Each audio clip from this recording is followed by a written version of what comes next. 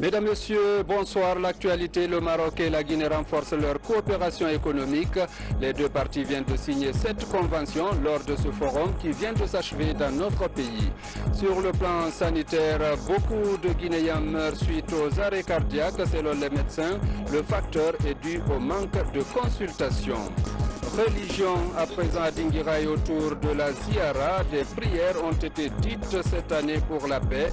Les religieux ont sensibilisé sur cette nécessité.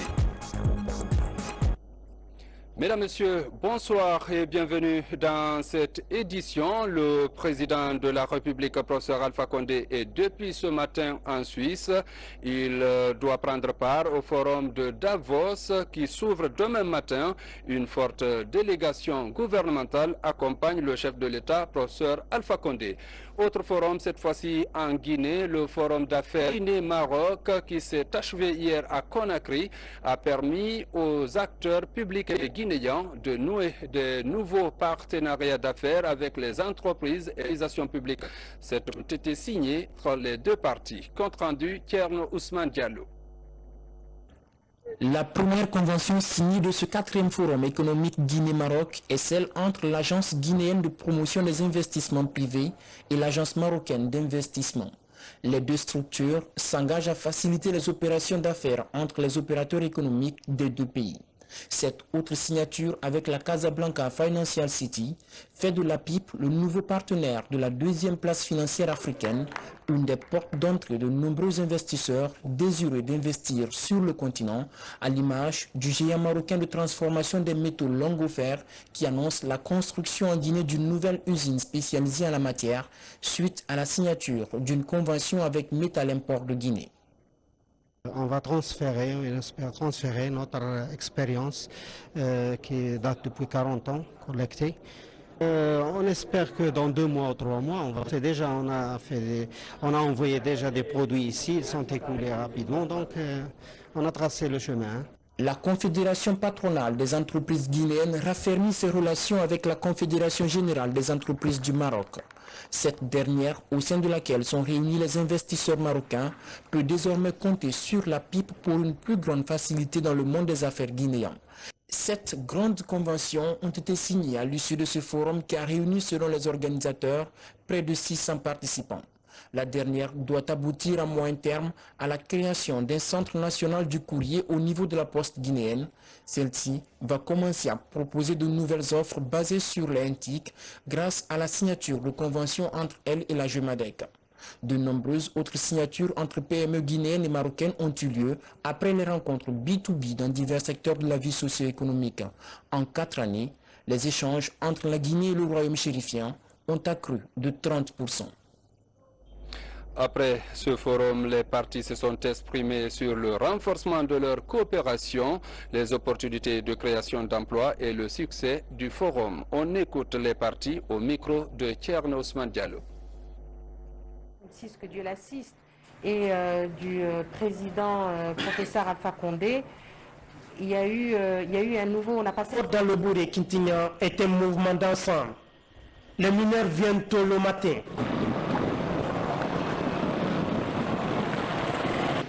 Et le retourne tard le soir. Et le même mouvement reprend de plus belle. L'obtention d'un puits d'or suit un processus réglementaire. D'abord, c'est le chef des mines, Tomboloma, qui octroie le puits à 10 000 francs guinéens à celui qu'on appelle Nielo. Traduit du Maninka, le dévancier est propriétaire du puits d'or. Ainsi, celui-là va faire appel à ceux qui veulent travailler avec lui pour former un groupe de 4 à 5 personnes.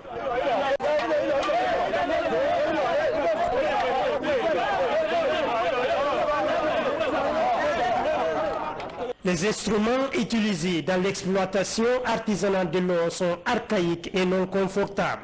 Le pic mineur, la daba, la calebasse, le seau, la corde, le marteau, le pilon et les mortiers. Ils sont les plus utilisés dans le creusage du tunnel et le lavage du minerai. Dans les cas où les creuseurs rencontrent de l'eau, les machinistes sont sollicités pour assécher le puits.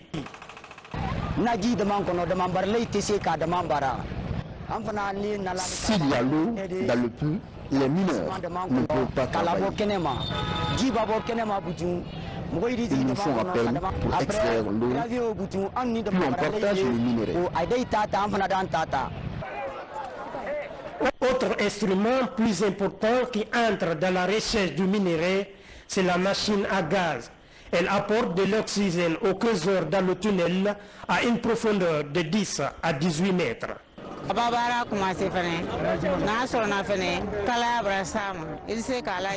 il fait chaud dans le tunnel, je pompe la machine à gaz pour l'apporter la fraîcheur.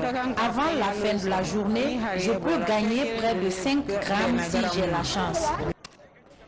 Le découpage du minerai dans le tunnel n'est pas à la portée de tout le monde. Ce travail est destiné aux initiés. Ce coupeur de minerai explique son calvaire. Je viens d'une distance de plus de 15 mètres. Couper le minerai, c'est la capacité, car le puits est à la fois horizontal et vertical. Il faut être initié. Dans ce groupe de 5 personnes, certains sont chargés de laver les minéraux. L'or que je viens de trouver, je vais acheter les habits pour mes enfants et le reste, j'achète la nourriture.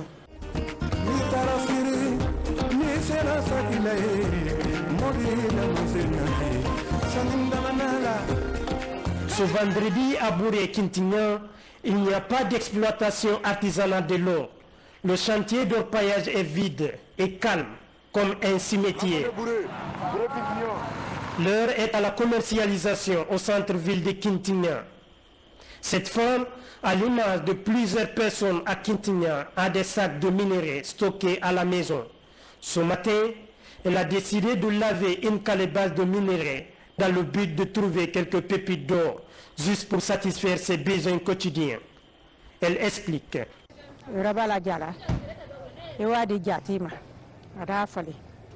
L'or est tout pour moi. Je construis des maisons, j'achète la nourriture, aussi des animaux domestiques.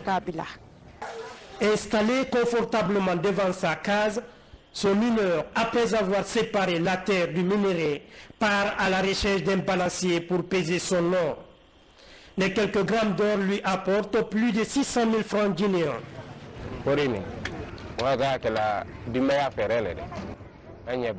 Cette somme, je fais les dépenses de ma famille. Les frais de traitement, je construis à travers l'argent de l'or. Bala Kamara est grossiste d'or. Il profite de ce vendredi, jour de fermeture de la mine, pour aller à la balance. Nous sommes des grossistes d'or.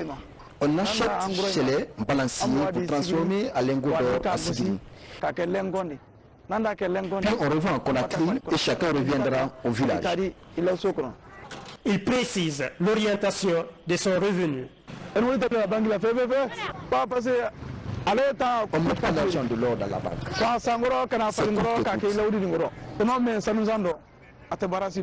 Le grossiste de l'or minimise toutes les autres marchandises, donc l'argent de l'or, c'est dans l'or.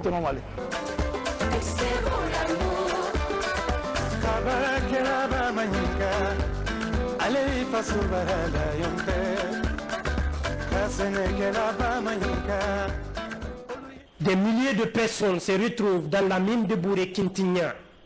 Cette présence massive des populations venues de différents horizons provoque des conflits sociaux. Pour parer à cette situation, la police minière a mis en place une structure chargée de problèmes selon les coutumes. Dans les mines, les tombolements les conditionnent avant tout. Chacun paiera 50 000 francs guinéens. Puis il s'explique quand les témoins auront verdict. Une autre source de conflit est celui du mariage de courte durée, appelé Foudoukouni. Explique par l'arrivée de plusieurs personnes dans Ici, pour le mariage de courte durée, on ignore leur existence. Mais quand il y a plainte de la part de leur mari ou leurs parents, on fera tout pour les mettre à sa disposition.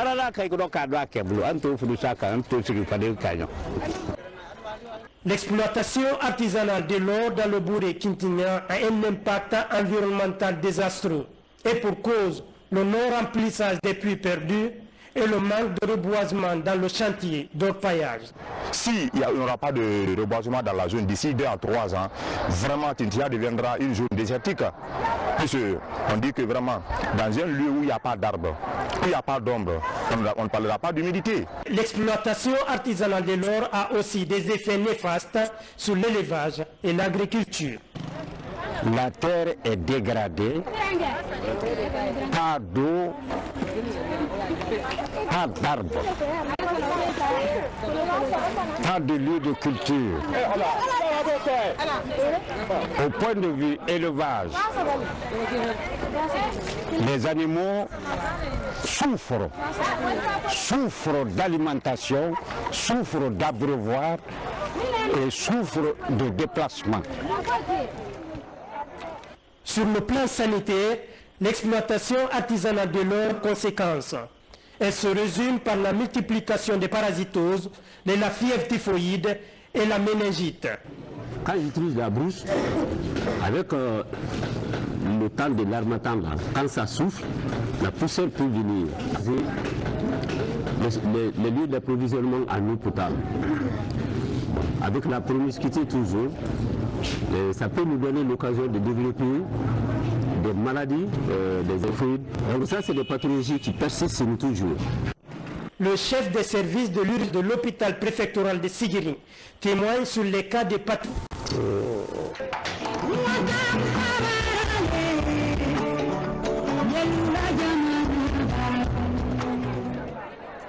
Malgré les riches potentialités minières de la localité de Bouré Kintinya, la pauvreté est visible sur le quotidien des populations. Pour renverser la tendance, des solutions ont été proposées par nos interlocuteurs. Il s'agit de passer de l'économie de subsistance à un système plus efficace permettant d'améliorer la vie des populations à travers l'économie de marché. Et pour ce faire, le maire de Bouré Kintinya mise sur l'implication des élus locaux. C'est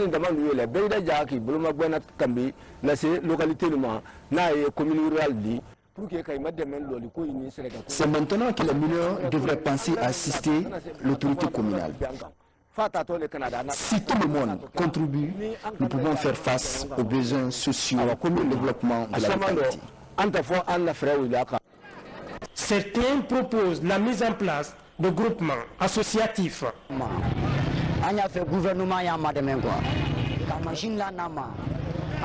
Nous voulons que les autorités nous aident à trouver des machines. Cela nous permettra de nous organiser en mouvement associatif. Et nous allons faire face à la construction des infrastructures. Pour les chargés des conflits, cette idée de mouvement associatif est la bienvenue pour renverser la tendance. Nous sollicitons la mise en place des groupements associatifs pour enfin sortir de leur niveau. Le renforcement de la capacité des exploitants artisanaux par des équipements, notamment le détecteur, est une autre solution.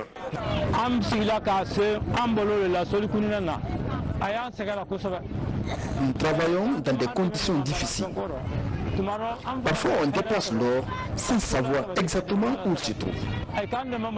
Certains puits vont plus de 15 mètres. Si on a des détecteurs, cela facilitera la recherche. Le chef de la section environnement de la préfecture de Sigiri parle de la restauration des zones dégradées. Nous cherchons à restaurer ces zones dégradées par la création de forêts communautaires. Ces forêts communautaires peuvent être des essences telles que l'anacardier ou des essences exotiques. Bon, la deuxième mesure qu'on a prévue, il s'agit de demander à ces communautés de prendre en charge la restauration, c'est-à-dire en prélevant certaines taxes de restauration au niveau des zones de la campagne, chercher par des moyens même mécaniques à refermer ces trous de mines laissés. Le sous-préfet de Kintinya préconise la sensibilisation. Il souhaite aussi la diversification des activités. Qui aujourd'hui COGES pour organiser. Les techniques d'exploitation artisanale de l'or n'ont pas évolué depuis plusieurs siècles. Des milliers de personnes convoitent Bouré-Kintinia pour la recherche du métal précieux. Cependant, cette activité n'a jamais eu un impact positif remarquable sur la vie des exploitants. Or, ce secteur devrait être un porteur de croissance économique.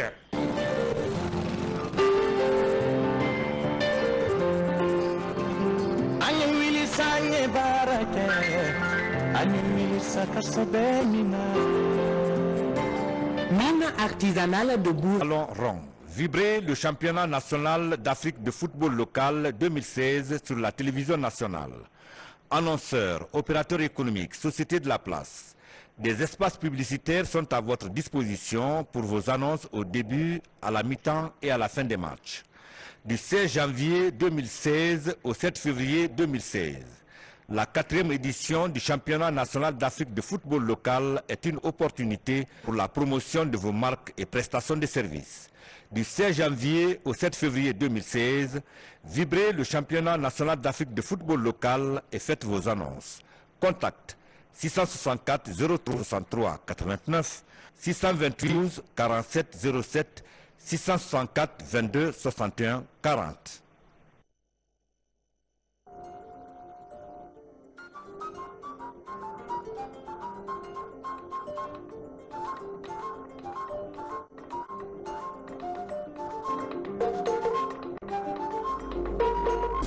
Mesdames, Messieurs, bonsoir. L'actualité, le Maroc et la Guinée renforcent leur coopération économique. Les deux parties viennent de signer cette convention lors de ce forum qui vient de s'achever dans notre pays. Sur le plan sanitaire, beaucoup de Guinéens meurent suite aux arrêts cardiaques. Selon les médecins, le facteur est dû au manque de consultation. Religion à présent d'Indira et autour de la Ziara, des prières ont été dites cette année pour la paix. Les religieux ont sensibilisé sur cette nécessité. Mesdames, Messieurs, bonsoir et bienvenue dans cette édition. Le président de la République, professeur Alpha Condé, est depuis ce matin en Suisse. Il doit prendre part au forum de Davos qui s'ouvre demain matin. Une forte délégation gouvernementale accompagne le chef de l'État, professeur Alpha Condé. Autre forum, cette fois-ci en Guinée, le forum d'affaires Guinée-Maroc qui s'est achevé hier à Conakry a permis aux acteurs publics et privés guinéens de nouer de nouveaux partenariats d'affaires avec les entreprises et organisations publiques marocaines. Cette convention ont été signées entre les deux Thierno Ousmane Diallo. La première convention signée de ce 4e forum économique de promotion des investissements privés et l'Agence marocaine d'investissement. Les deux structures s'engagent à faciliter les opérations d'affaires entre les opérateurs économiques des deux pays. Cette autre signature avec la Casablanca Financial City fait de la PIP le nouveau partenaire de la 2e place financière africaine, une des portes d'entrée de nombreux investisseurs désireux d'investir sur le continent, à l'image du géant marocain de transformation des métaux Longofer qui annonce la construction en Guinée d'une nouvelle usine spécialisée en la matière suite à la signature d'une convention avec Metal Import de Guinée. On va transférer, on espère transférer notre expérience qui date depuis 40 ans, collectée. On espère que dans 2 mois ou 3 mois, on va commencer déjà. On a envoyé déjà des produits ici, ils sont écoulés rapidement, donc on a tracé le chemin. La Confédération patronale des entreprises guinéennes raffermit ses relations avec la Confédération générale des entreprises du Maroc. Cette dernière, au sein de laquelle sont réunis les investisseurs marocains, peut désormais compter sur la PIP pour une plus grande facilité dans le monde des affaires guinéen. 7 grandes conventions ont été signées à l'issue de ce forum qui a réuni, selon les organisateurs, près de 600 participants. La dernière doit aboutir à moyen terme à la création d'un centre national du courrier au niveau de la poste guinéenne. Celle-ci va commencer à proposer de nouvelles offres basées sur les NTIC grâce à la signature de conventions entre elle et la Gemadec. De nombreuses autres signatures entre PME guinéennes et marocaines ont eu lieu après les rencontres B2B dans divers secteurs de la vie socio-économique. En 4 années, les échanges entre la Guinée et le Royaume chérifien ont accru de 30%. Après ce forum, les parties se sont exprimées sur le renforcement de leur coopération, les opportunités de création d'emplois et le succès du forum. On écoute les parties au micro de Thierno Ousmane Diallo. Que Dieu l'assiste, et du président professeur Alpha Condé, il y a eu on a passé un nouveau palier, et il y a eu un forum économique sous le haut patronage des deux chefs d'État. Il y a une commission de suivi qui a été mise en place, de suivi des accords privés-privés, mais publics-privés également.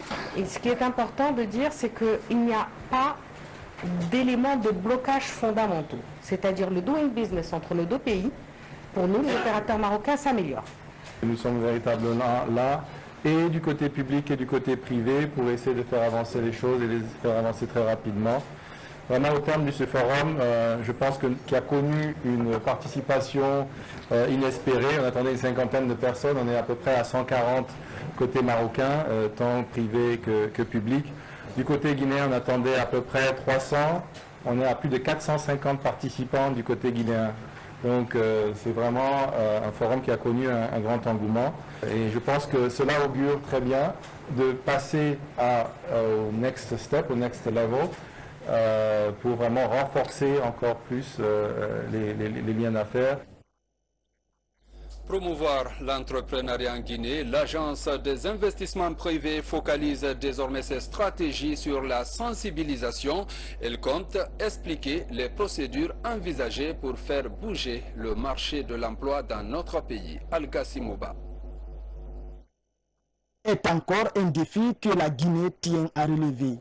Malgré les ambitions atlantiques et limitées, et le secteur privé formel n'offre encore que très peu d'opportunités d'embauche. Pour réduire ce phénomène, l'Agence de promotion des investissements privés rencontre des banquiers et noteurs de la place. La réunion porte sur les procédures de création d'entreprises. L'agence encourage les entrepreneurs à mieux promouvoir l'emploi dans le pays. Pour faire une entreprise individuelle, il faut 212 500. Pour faire une SARL sous sein privé, il faut 750 000 francs. On vous fait le statut, on enregistre. La vulgarisation des procédures de création d'entreprise va faire bouger le marché de l'emploi. Je n'avais aucune idée concernant le coût de création d'une entreprise individuelle. C'est très bon d'expliquer aux gens pour que chacun puisse savoir où mettre les pieds quand on a envie de créer sa propre entreprise. Auparavant, comme c'était le greffe, tout était déposé au niveau du greffe. Au jour d'aujourd'hui, on a essayé d'ouvrir un registre, c'est-à-dire spécial au niveau de l'agence, où toutes les créations se font là-bas. L'agence de promotion des investissements privés pousse à la création d'entreprises à moindre coût. Aujourd'hui, il faut 48 heures pour réunir les documents certifiant de la création d'une entreprise en Guinée. Une avancée dans le climat des affaires. À la primature, le Premier ministre, chef de gouvernement, a reçu en audience les ambassadeurs des États-Unis et du Maroc. La rencontre s'inscrit dans le cadre du renforcement de la coopération entre les trois pays. Compte rendu, Ousmane Bangoura. Pour une stratégie de relance socio-économique, les représentations diplomatiques du pays s'activent aux côtés du gouvernement de Mamadi Youla. Cette audience accordée aux diplomates américains par le Premier ministre, chef du gouvernement, est une preuve éloquente. Nous aurons l'occasion de parler des activités américaines, les grandes lignes de coopération qui sont principalement dans les questions de santé, d'encouragement de développement de l'économie de la Guinée, les questions de sécurité, aussi quand les questions politiques avec les élections locales qui doivent arriver en juin. Alors c'était pour voir quelles sont nos capacités pour aider son Excellence dans tous ces défis qui sont devant lui pour le développement en tous les sens pour la Guinée. C'est le commencement d'une nouvelle relation avec un nouveau gouvernement et nous espérons que nous, comme tous les partenaires internationaux, puisse être utile pour le gouvernement. Juste après, Majid Halim, l'ambassadeur du Maroc en Guinée, est reçu par le Premier ministre, chef du gouvernement. Les deux personnalités ont parlé de la mutualisation des efforts entre les deux pays. Relations sont très anciennes. Ce sont des relations fraternelles, basées sur la confiance, le respect et le soutien mutuel. Donc pour nous, c'était l'occasion, avec son Excellence, Monsieur le Premier ministre, de faire un peu, de voir un petit peu l'état des questions d'intérêt commun. Le Premier ministre a mis à profit ces moments d'échange avec ses diplomates pour rappeler l'excellence de coopération entre les États. Mamadi Youla, Premier ministre, a demandé humblement à ses diplomates à renforcer davantage la marque d'amitié qui a toujours existé entre les pays. Diplomatie encore, l'ambassadeur de la République islamique d'Iran a rencontré le président de l'Assemblée nationale.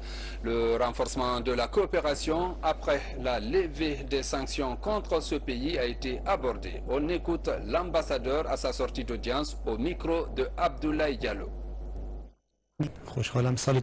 L'Iran, avec leur population, la plupart des populations ont évolué dans la technologie et aussi, si vous voyez, ils font partie des 10 meilleurs pays dans le monde. Et actuellement, ils sont à la recherche d'avoir des très bonnes relations avec les pays musulmans et aussi surtout avec la Guinée.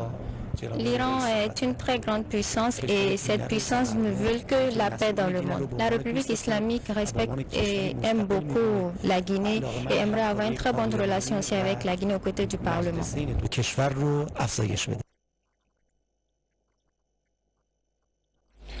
La CENI, la Commission électorale nationale indépendante, l'institution que dirige Bakary Fofana, s'active dans l'élaboration du programme d'organisation des élections locales, des élections qui nécessitent beaucoup de communication vu l'enjeu de ces scrutins locaux.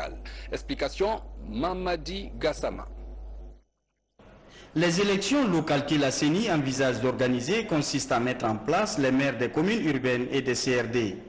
Et pour ces consultations, la gestion des candidatures et des votes se feront par des commissions installées à cet effet dans les différentes localités. Ainsi, chaque quartier et district devient une circonscription électorale. Son enjeu, c'est dans chez l'organisateur d'avoir la capacité de faire la distinction de manière méthodique, de manière structurée, de manière opérationnelle, à ce que chaque circonscription électorale ait ses services conséquents, de sorte qu'il n'y ait pas de confusion, de lien entre les circonscriptions, mais l'unicité des circonscriptions est un enjeu fondamental dans son mode d'organisation. Pour ces élections, une ambiguïté règne au niveau des textes de loi. La Constitution affirme que le vote est secret, tandis que le Code électoral parle d'une désignation à main levée. Des lois qui ne posent pas problème, indique cet expert de la CENI. En matière de loi électorale, lorsque vous avez deux situations qui font la contradiction dans la loi, par exemple le vote à main levée et le vote secret, vous prenez la situation de la loi supérieure. La Constitution dit que le vote est secret. S'il y a une autre loi, que ce soit organique ou autre, qui dit que c'est à main levée, c'est ce que la loi supérieure dit qui est prépondérant. Partant de ces arguments, un éclairage sur les dispositions juridiques retenues. La formation et la sensibilisation des électeurs s'avèrent indispensables pour la réussite de ces élections locales. C'est dire que la Constitution prime sur le code électoral qui est une loi organique. Ebola refait surface en Sierra Leone. La Guinée renforce la surveillance à la frontière. Le ministre de la Santé s'est rendu à Forécaria pour voir l'application du dispositif mis en place par les services de santé. Reportage à Forécaria, Aïssatou Desso. Première visite de travail à l'intérieur du pays du ministre de la Santé depuis sa nomination à la tête de ce département. Objectif, renforcer les mesures sanitaires au niveau de la frontière guinéo-sierra-léonaise. On est en train de revoir ou faire la surveillance dans tous les districts de la région, pas seulement un endroit spécifique parce qu'elle a été dans les 3 régions. On a mis en quarantaine 37 personnes avec lesquelles elle a été en contact dans la région de Cambia. Avant qu'on puisse mettre en quarantaine ces 37 personnes, il y a une 50aine de personnes qui étaient dans son environnement qui sont disparues. who just disappeared. Après la frontière Pamelap, la délégation s'est rendue successivement au centre de santé de Farmoria, à la direction préfectorale de l'éducation, au centre de traitement Ebola, à la coordination préfectorale de lutte contre Ebola et à l'hôpital préfectoral de Forêt-Carrière. À la réapparition d'un nouveau cas en Sierra Leone, que les mesures de surveillance épidémiologique soient renforcées dans tout le pays, particulièrement à Forêt-Carrière, à travers l'organisation de campagnes de sensibilisation dans tous les villages pour le respect des mesures d'hygiène et de lavage des mains, la mise en place d'un système de tri efficace dans tous les établissements de santé afin de détecter à temps tous les cas suspects. La transmission interhumaine, oui, on l'a stoppée, mais Ebola, ce n'est pas fini, est capable de résurgence. Ça veut dire qu'il faut continuer la surveillance. Il ne faut pas baisser les bras sur le lavage des mains. Le trajet qu'on a fait, tous les dispositifs de lavage des mains qui existaient il y a quelques semaines ont disparu. Et ça, ce n'est pas normal. Pour préserver les mesures d'hygiène sanitaire, le ministre a offert 300 cartons de savon et 300 cartons de chlore aux habitants des localités visitées. Et puis, toujours avec la santé, parlons des arrêts cardiaques. Le phénomène fait beaucoup de décès en Guinée. À ne pas confondre aux crises cardiaques. L'un des facteurs de risque de l'arrêt cardiaque est le manque de consultation, constatent les médecins. Explication Adia Toubari. En Guinée, les arrêts cardiaques sont à la base de nombreux cas de décès. Ils se manifestent souvent par des perturbations du rythme du cœur. Des douleurs intenses sont constatées. Sans une intervention d'urgence, c'est la mort subite qui survient chez les victimes. Lorsque ces tuyaux qui apportent le sang au niveau du cœur pour sa propre nutrition, ces tuyaux-là sont bouchés, alors là, il y a directement une sorte de disbalance entre l'apport des substances, le sang, et la demande au niveau du cœur quand il a besoin de travailler. Alors, en ce moment, on parle de troubles de nutrition au niveau du cœur, et quand c'est trop poussé, les tuyaux là sont bouchés. En fin de compte, on parle ici de crise cardiaque. Mais si cette mort des cellules est d'une grande étendue, c'est une très bonne partie du cœur qui est concernée ici par cette crise. En ce moment, ça peut conduire à ces troubles de rythme graves au niveau du cœur, fibrillation ventriculaire, qui peuvent tout de suite conduire à l'arrêt du cœur. Donc ce qui veut dire par là que la crise cardiaque peut conduire à l'arrêt cardiaque. Selon les statistiques, environ 90% des arrêts cardiaques sont causés par des crises.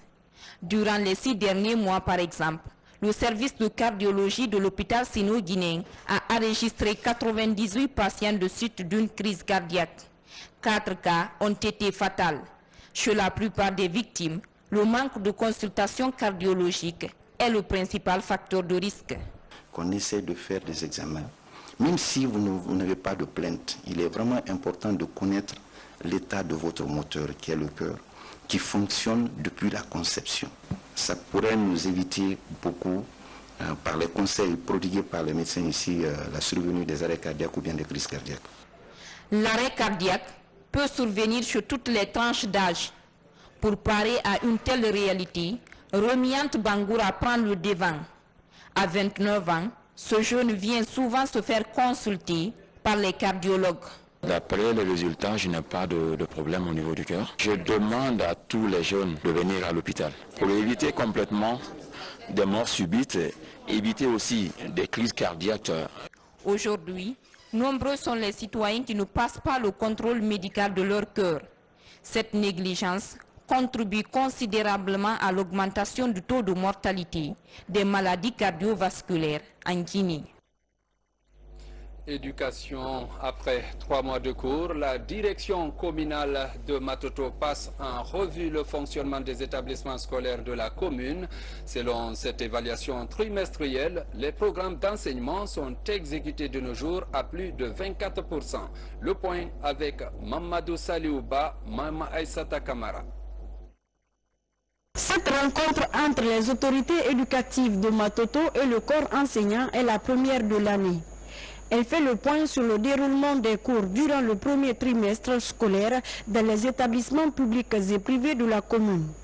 L'évaluation révèle une forte fréquentation des établissements et plus de 24% de niveau atteint dans l'exécution des programmes. On a promis aux acteurs intervenant dans le système éducatif qu'à chaque trimestre, nous devons nous retrouver pour tirer la leçon du trimestre passé. Donc c'était une obligation pour moi de rencontrer ces cadres-là, privés comme publics, pour faire le constat des 3 mois de cours déjà écoulés. Outre les acquis, des pratiques contraires au règlement scolaire sont constatées dans certains établissements d'enseignement de la commune. Le commerce à l'école et les révisions obligatoires sont entre autres comportements dénoncés par la direction communale de l'éducation de Matoto. Maintenant, les dispositions disciplinaires sont prises. Tout enseignant appréhendé dans une salle de classe avec une glacière, c'est le chef d'établissement qui s'en va. Deuxièmement, les fautes grammaticales que nous constatons dans les écoles, il y a l'encadrement rapproché. Il faudrait que les chefs d'établissement passent dans les classes pour regarder ce qui est écrit au tableau, parce que généralement, nous avons constaté que c'est les élèves qui recopient les leçons au tableau, à la place des maîtres et des maîtresses. Voilà des activités contre lesquelles aussi on s'est élevé. À chaque 2 mois, on rappelle encore les anciens. Je vous jure, les anciens vont changer de comportement. Parce que tout ce qu'il a dit aujourd'hui, c'est une réalité dans les écoles. Ça se passe dans les écoles. Donc c'est une réalité. À chaque fois qu'ils rappellent ces anciens ou anciennes de ce qui s'est passé comme ça aujourd'hui dans la salle, ils vont changer de comportement. Des rencontres périodiques de ce genre participent à qualifier davantage le système éducatif à la base.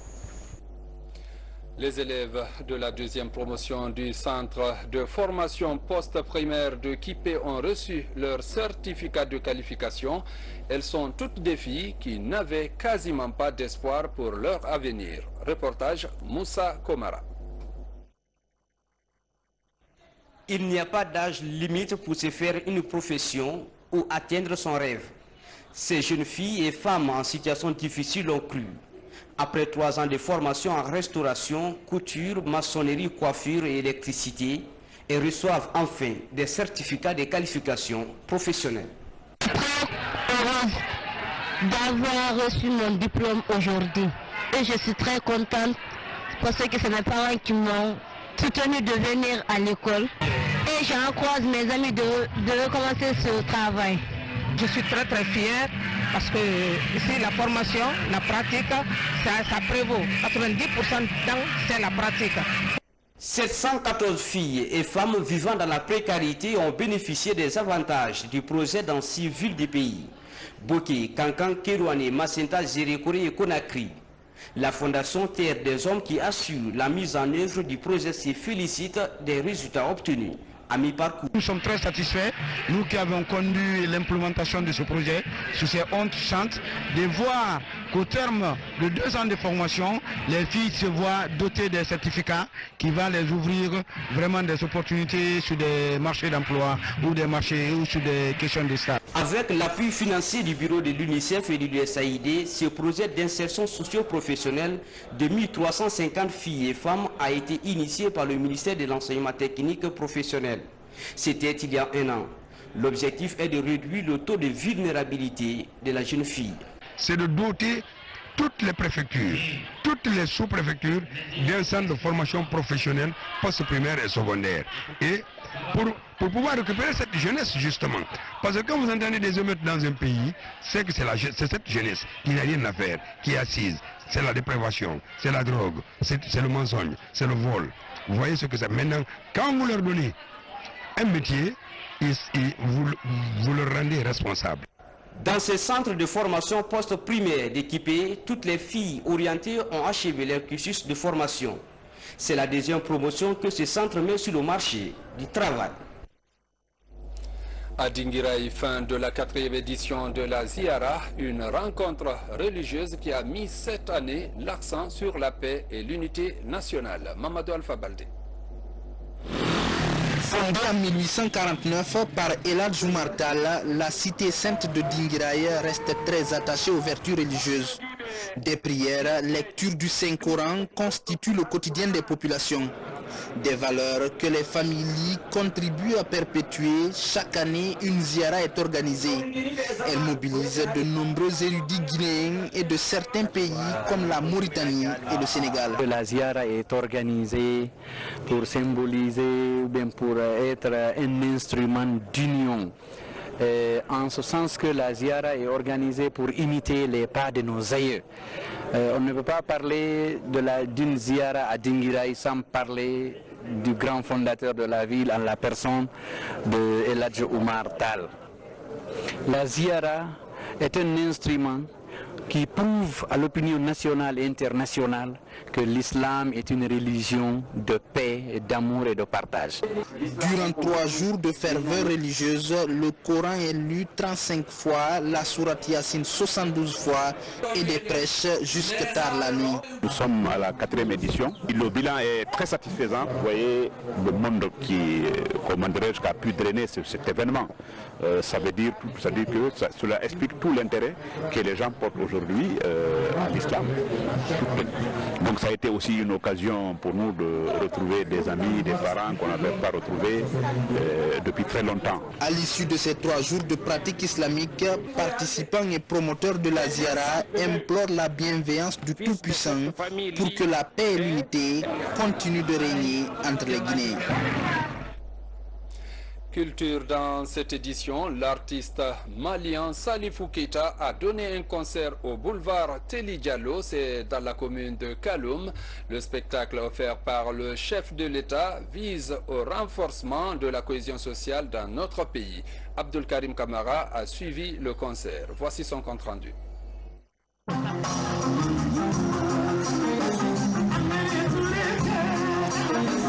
Comme à l'accoutumée, le prince du Manding a toujours éprouvé du plaisir à se produire en Guinée. Avec son répertoire musical riche et coloré, Salif Keita tient en haleine la jeunesse de la capitale en prêchant la paix. Un concert en plein air sur le boulevard Teli Diallo à Kaloum, offert par le chef de l'État. On aime chez toi, on aime ce pays, on aime faire ce qu'on veut, on pense d'abord à la paix.